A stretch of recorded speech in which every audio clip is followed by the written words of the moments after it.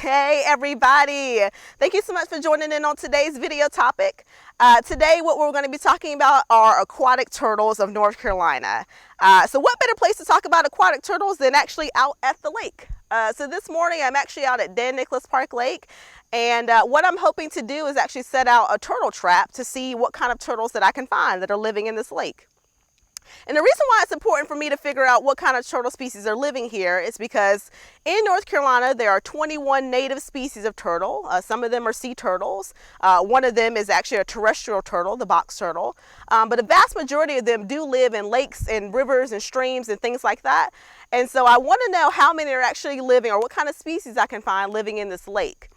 So even though there are 21 native species in North Carolina, sometimes other turtles from other states and even other countries can be introduced into our waterways, and unfortunately they outcompete our native turtles for resources like food and shelter and other things like that. So in today's video, I'm hoping we can set out our turtle trap and see what kind of turtles we can find and how many we can find, and then I'm going to show you guys what we come up with, so that you can learn a little bit about the turtle species that you can expect to find if you actually go out looking for turtles in North Carolina somewhere. So stay tuned for the rest of the video, and we're going to set out that turtle trap. You guys, so we are out here with our turtle trap, and as you can see, this is actually what it looks like. So not a huge trap. We actually have one a little bit bigger, but this is the one we're going to be using today to capture our turtles. So on the top of the turtle trap, you're going to see there's one ramp on the side you can see right here, and then there's another one on the opposite side. And so what happens is we place this trap into the water, and it has two flotation devices on either side of the trap to make sure that it doesn't sink. And when it rests in the water, it rests so just that the water line comes to just the bottom of the ramp here.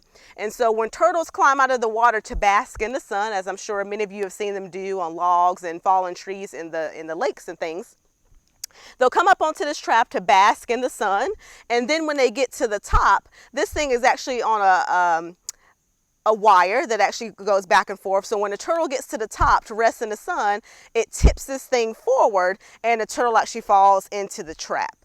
So it's not a very big drop, so I don't want anyone to get scared that the turtles are going to get hurt. I promise they are safe. And then once they're in the trap, they can't get back out, so hence the trap. So there is one on either side, the same thing. The water line reaches the bottom of that ramp, and when they get to the top, they ploop right down into the trap. So that's what we're going to do in just a second, and put this trap out and come back later on this afternoon and see what we've caught.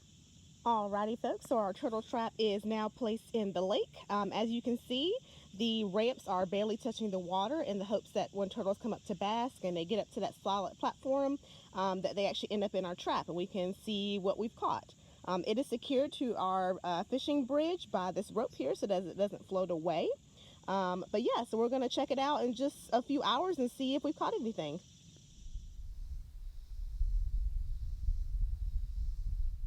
Hey guys, so we're back. I came into work today to check our turtle trap, and unfortunately there was nothing in there. So Team Human 0, Team Turtle 1. They won this round. So we didn't find anything, and so what I thought I would do is take you guys back to our auditorium where we do our Nature Center programs and introduce you to a couple of our resident aquatic turtles, just so you can get an idea of what type of turtles you might be able to find if you guys go out looking for turtles. So our first guest is the lovely Napoleon. He is our painted turtle. He's gonna walk around doing while I'm talking about him, but let's bring him back so you guys can get a closer look at what he looks like. He's a little shy. So I'm gonna get him a little bit closer to the camera so you can see him. This is a painted turtle, and these guys are native to North Carolina. They're actually one of the most common turtles that you can find in our waterways. One of the more common turtles you can see basking on logs and sticks out of the water. It's usually gonna be a painted turtle. So Napoleon is actually a fully grown adult turtle. He's not going to get any bigger than this. So this is their full size. I'm going to show you what he looks like on the back. There he is. I'm going to show you his belly. So when looking at a turtle, when we talk about their different parts, we do want to use correct terminology. So if you're talking about turtle shell, their entire thing is a shell, the top and the bottom. But the top and the bottom does have a name. So if you're talking about the top of a turtle shell, it's called the carapace. And you can remember that because the word carapace starts with a C. And so just think of the letter C like the dome shape of their shell. So that's their carapace on the top. And then the bottom part of their shell is actually called the plastron. So the plastron, just think of it as you're plastering on something, you're sticking something to something else, the plastron. And that's what's called the bottom of their shell is the plastron. So when looking at painted turtles, how you can identify if it's a painted turtle or not is first thing you want to do is look at their carapace. So remember that's the top of their shell. And usually, sometimes they have red or yellow on the top of their shell. His is a little bit darker. But if I turn him around so you can see on the inside of his shell, he's a little grumpy face now. He's got red striped arms and he's got these red lines on the side of his carapace. And that means that this is a painted turtle. That's how you tell. His face actually does have some yellow on it. If he actually were to stick out his head so you can see his neck, he has yellow stripes that blend into the red stripes of his arms, and he also has them on his legs and his little tail that he's got tucked in right here at the bottom. And that's usually a pretty good indicator of a painted turtle. The other thing you want to look at, because sometimes in North Carolina we can find midland turtles, midland painted turtles. Those guys are not native to North Carolina, but sometimes you can find them. And how you differentiate between the eastern painted turtle and midland painted turtle is by looking at their plastron. So looking at this guy, his plastron is completely yellow. It doesn't have any additional markings on it. It's just completely yellow. And if you were to find a midland painted turtle, they actually would have a splotch. It's like a darker pattern right in the center of their plastron, almost like a giant black oval on their plastron. And that's usually how you tell that's a midland turtle versus what Napoleon is, which is an eastern painted turtle. So like I said, one of the most common turtles, what you can find them doing is eating vegetation. They like to eat aquatic vegetation. As babies, they'll eat a lot more inverts. So they'll eat like mosquito larvae. They'll eat other little tiny inverts that they find in the water. Sometimes they'll even eat carrion. So carrion is unfortunately a deceased animal, and they'll eat that sometimes as part of their diet. They're not usually found walking on the roadways, but sometimes they can, especially if they're crossing from one lake or one stream to the other. So when you're driving down the road, you just want to be careful that it's not one of these guys out there. And what you can do, if it's safe to help them, is help them cross the street in the direction that they're going.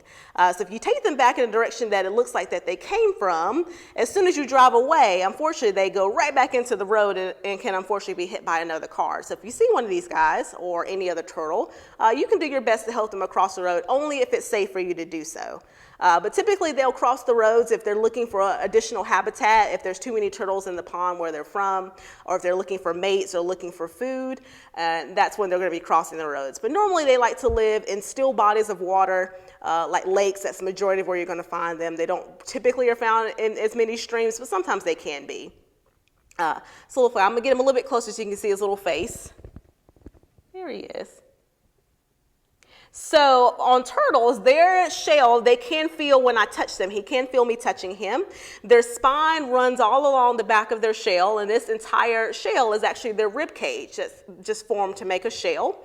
So they can feel me touching them, and they can feel when their shell does get injured. It's kind of like when you injure a bone or break a bone, how it hurts. The same thing can happen for a turtle. So if you ever find an injured turtle, we do want to make sure we do our best to maybe call a rehabber in your area or call someone that you think might be able to help, because turtles do rely on their shell for protection. That's how they protect themselves.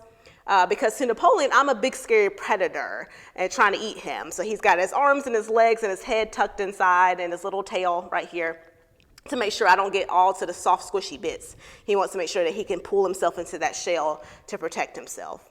So I'm not going to hurt him. I'm actually going to put him back down so you guys can see him walking around a little bit, and maybe he'll stick his head out and you can see what his head looks like.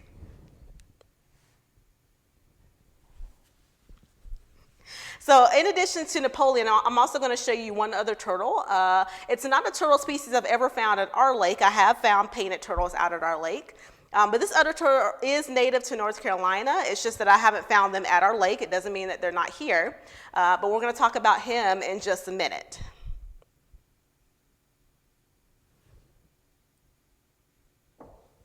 Doesn't look like he wants to walk around. So we're going to put him back up and then move on to our next turtle. All right, folks, we're back with our second animal guest. This is Jack, the mud turtle. And if you can believe it, Jack is even a little bit more shy than Napoleon was. So he is definitely not going to come out of his shell while I talk about him. But I am going to pick him up so that you guys can get a closer look at him and see what he looks like up close. So let's pick him up and show you. Here he is. Can't really see much of his face, but he's in there. There's his face, and those are his little arms. And I'll turn him around so you can see his tail and his feet. There he is. So Jack is a fully grown adult mud turtle. He's not going to get any bigger than this. He might be looking a little bit bigger to you on camera, but he's only about the size of my palm. So you can see there's my hand. He's only about the size of my palm, so not big at all, but he's not going to get any bigger than what he currently is. This is it for him. So eastern mud turtles are native to North Carolina and can be pretty common. I've not found any at the lake out here. It doesn't mean that they're not here. It just means that I haven't found one yet, or it just means that they are not here. These guys are typically found in slow, sluggish bodies of water that typically is pretty shallow. And our lake can get pretty deep at certain points. We've got some deep areas about 14 feet. So not a great place for a mud turtle. And the reason why they prefer shallow water is because they're not strong swimmers. So they want somewhere where they can walk along the bottom of the lake or the river and be able to swim up pretty shallow depths to get up to the top to be able to breathe some air. So they don't want to be down deep because they can't swim that well. He's not going to let me show you his arms, but they're not terribly long. Jack loves to swim. We do have him in a tank in our nature center. It's not deep at all, like I said, because they can't swim well, but he spends the majority of his time in the water, just kind of roaming around and walking along the bottom, maybe looking for some tasty food bits. So these guys in the wild are going to be eating aquatic vegetation. They're going to be eating inverts, and they're also going to be eating crustaceans like crayfish. So if they can chomp through a crayfish shell, I don't want to put my finger anywhere near his face. So I'm not going to touch him on his face, but I do want to show you he's sticking out his little arm a little bit. There he is. Oh, nope. So anything with a mouth can bite. So that's why I don't want to touch him too close to his face. I don't want to make him angry or even more scared than he already is. Because to him, like Napoleon, the painted turtle, I'm a big scary predator. So he's going to keep his arms, his legs, and his head tucked inside that shell. So if you remember, the top of the shell is called the carapace. Oh, there's his little arms, there's his legs. The top of his shell is called the carapace. So for a mud turtle, it's typically going to be a brown, olive green color, which his is an olive green color. It's just kind of hard to see that on camera. And then the bottom, the plastron, is this yellow coloration. So these guys have a double hinged plastron, and all that means is that they've got two lines running right here and right here.